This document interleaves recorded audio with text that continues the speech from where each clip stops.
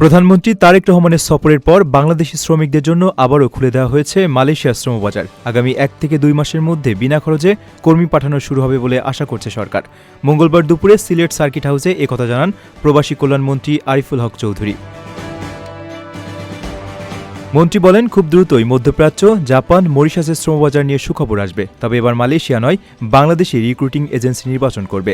তাই সিন্ডিকেট ও দুর্নীতি এড়াতে সরকার ও এজেন্সিগুলোর সমন্বিত উদ্যোগের উপর গুরুত্ব দিচ্ছেন সংশ্লিষ্টরা।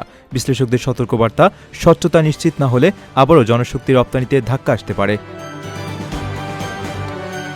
অনিয়ম এবং দুর্নীতির অভিযোগে 2008 সালে শ্রমবাজার বন্ধ হওয়ার পর 2016 সালে আবার চালু হয়। পরে দুর্নীতির অভিযোগে 2018 সালে বাংলাদেশ থেকে শ্রমিক নেওয়া আবারও বন্ধ করে মালয়েশিয়া।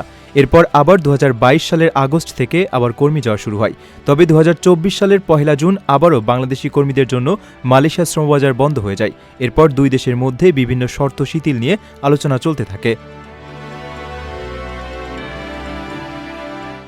নিজের একটি স্বপ্নের ফ্ল্যাট এখন আর স্বপ্ন নয়।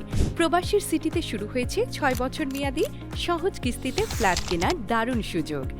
এক ঠিকানায় আধুনিক জীবনযাপনের সব সুবিধা, নিরাপদ, পরিকল্পিত ও বিদেশের মতো স্মার্ট পরিবেশ।